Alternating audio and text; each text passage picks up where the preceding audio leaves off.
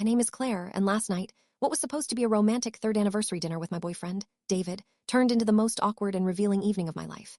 We had been planning it for weeks. I had booked a table at a beautiful, intimate Italian restaurant known for its candlelit ambience. I wore my favorite dress.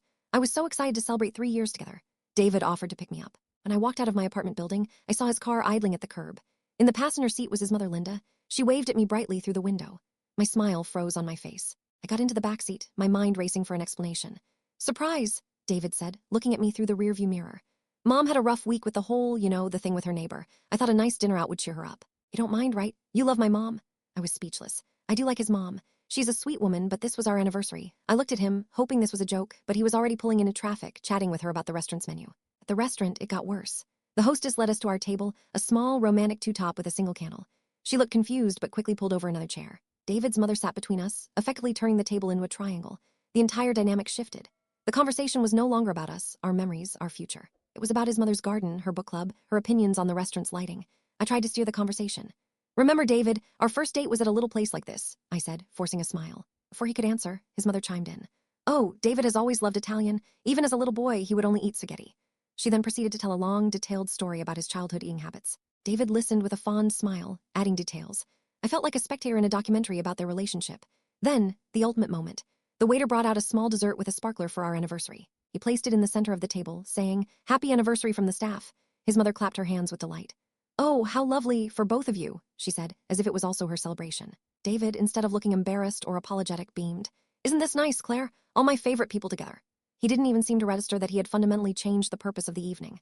I was seething inside. This wasn't just a minor social blunder. It was a statement. Our relationship milestone was not important enough to warrant his undivided attention for 2 hours. His mother's rough week trumped our anniversary. The boundary between his relationship with her and his relationship with me was not just blurred. It was non-existent. The rest of the dinner was a quiet, polite torture for me. After he dropped his mom off first, we drove to my apartment in silence. When we parked, I finally spoke. "David, what was that?" "That was our anniversary dinner." He looked genuinely confused. "What? It was great. Mom had a great time. She really needed it." "What about what I needed? What about what we needed? This was supposed to be about us." "You're being selfish," he said, his tone turning defensive. "Family is important. I can't just abandon my mom when she's down. I thought you were more understanding than this. It's just a dinner." "It wasn't just a dinner. It was our anniversary," I shot back. "You could have taken her out any other night. You didn't even ask me. You just showed up with her." He said I was overreacting and making a big deal out of nothing.